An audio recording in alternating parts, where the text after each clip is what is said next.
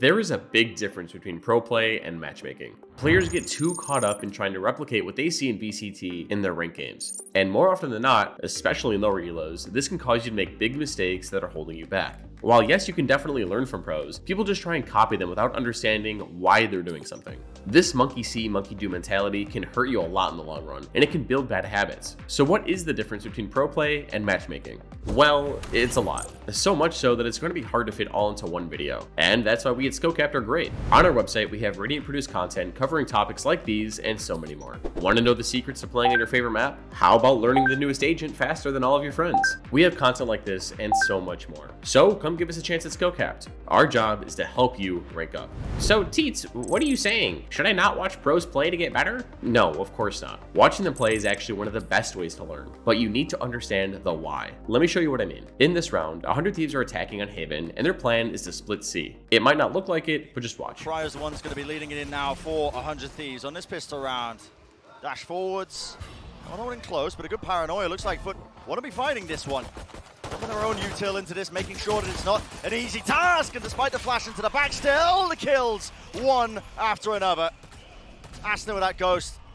Real precision, even the paranoia into the back. And a captain does well to get just the one, but at least the angle's being watched for. They have Jett, KO, and Omen going through C long, Cypher is starting mid, and Sova is defaulting A. Sova shoots his arrow A long, Cypher throws his cam in mid to spot anyone, and they both group up towards garage. The C long players swing out. They throw their KO knife, but their Omen smokes mid-sight? This doesn't make much sense. You actually see this smoke used all the time from the defense to make the site more awkward to take. But 100 Thieves have a different plan. With this smoke, their plan is to take the front half of site, let the garage players scale up, and by the time they all get on site, they should be able to pinch. Let's see how it works out. The execute worked out perfectly. As soon as they all got on the site, the smoke drops and they were able to pinch the site. Now, this won't work in ranked. What you have to understand is that this strat was dry run and practiced many times by 100 Thieves. This isn't something they just came up with on the fly. Every piece of utility was thought out and they're familiar with. If you try to do this in your ranked game, you're going to get flamed and probably tilt your entire team. Just save your breath, it really isn't worth explaining to them. So while in theory, yeah, this was a great play from 100 Thieves, but you shouldn't do this in your ranked games. Just smoke window and smoke spawn.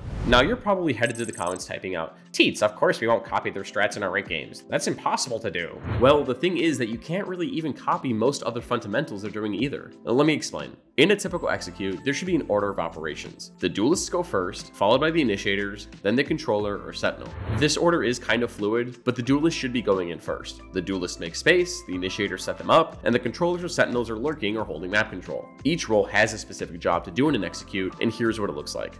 I mean, this is a little bit of a different story. Tech's gonna be using that Blade Storm as well. No hunting for anybody. Nobody to be found though. This A side is gonna be for free. They're gonna spot the player, goes for the swing, and Valen is there to help out.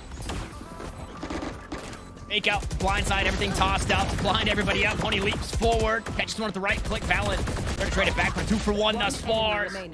The clock is on the side of the guard, unfortunately for Verno, not on his. Jonah P with one more bit of utility. Verno against the world here.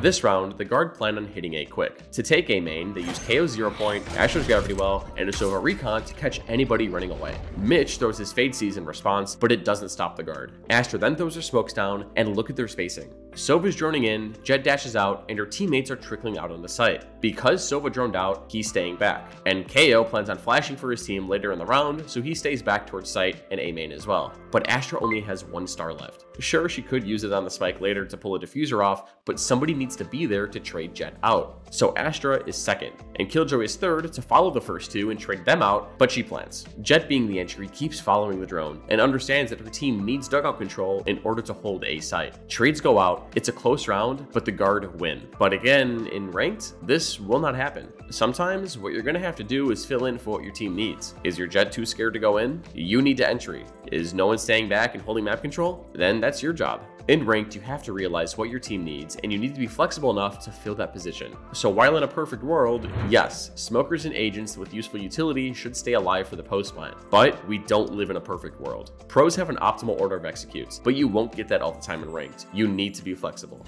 Another concept that differs heavily from ranked and pro play are comms, like a lot. Here, take a listen to DSG's comms. This is Disguised Toast team playing in Challengers. I'm planting for a main. Yeah, I have Molly, but I can flash Sands. I want to sit side. I'm getting out. I have one more resmoke. I can flash Sands. I'm resmoking close. I'm walking. Close to us. I can flash it. Let me do the flash. I'm Alright, I'm gonna flash hands. You guys wanna fight door real quick? I'm down. Ready? I'm jiggling across. They're stunning you side, I think. They flash, they could be crossing. I'm blind. They could cross on you. I'm mulling it. One tapped it. A main, one low. Bombs Molly, 59 damage to Brim. Molly's gonna fade in a sec. Molly's gone now. Spam it. He's at 60. Nice. This level of communication is something you'll never find in ranked. Most people just don't care enough to talk this much. So when you're playing, you can't expect your teammates to tell you everything that they see and hear. But what you can do is use your minimap more. This is the most important tool in the game. If your teammates aren't commenting, what you can do is glance at your minimap to see for yourself. Now this isn't ideal, but by utilizing your minimap more, you'll recognize timings, gaps in your defense, maybe gaps in the offense, and you'll be able to make a more accurate read as to what your next move should be. But this is a hard skill to build up. A lot of people complain a lot that they die when they were staring at their minimap, but there are a lot of ways to prevent this mistake from happening. The only time you should be looking at your minimap are when you're rotating or playing for information. I mean, think about it. When you're rotating, you have nothing else to be looking at besides your minimap. By gathering information this way, you can notice how many enemies your teammates see, what gaps are open that you can die from, and whether or not the enemies are actually out on the site. So all of this information that should be relayed by your teammates can now be gathered all on your own. Now, one last concept that doesn't really apply in ranked is defaulting. And that's mainly because most players don't actually know how to. Defaulting is the act of using utility to take map control and gather information so that your team has stuff to work with later in the round. You later can then make an educated call based off what you found out. Killjoy's B, let's split A. Or Jet is opping mid, let's just go C. Or I've worked up B long, come back to B. All of these plays are great calls, but in order to get to this point, you need to default. But when you say this in ranked, a lot of players just swing angles and hopefully they win their 1v1s. Most of the time, it's just easier to go fast, hit a site, or split one. But when you watch pros default, you'll see them use set pieces of utility in the most efficient spots possible. This utility is used to condition the enemy team to thinking that you're doing one thing. Then later in the game, you can show this utility, but then do another thing. Thus the name default. It's the default way in how you start the round. Here's what the guard's default looks like in this game. For the first 4 rounds, they start by swinging top mid in a variety of ways. Omen smokes catwalk, the KO knife goes market, and they contact up mid. They did this for the first 5 rounds. Then on the 6th, they show something completely different with a fast mid split. They've conditioned M80 with their quiet mid default. In this round, they tried to catch them by surprise. With the conditioning that they did, this fast hit worked wonderfully. But sometimes in ranked, you're going to need to default. When you're playing against agents like a Viper, Raze, Sage, or any agent with hard-hitting mollies, you need to bait these out, or otherwise you're going to get put in a blender. This is when you need to slow it down, work with your team, and try and get these mollies out before going into your executes. Take a listen to this coaching session from Jaden. But yeah, be patient. Look how heavy util they are.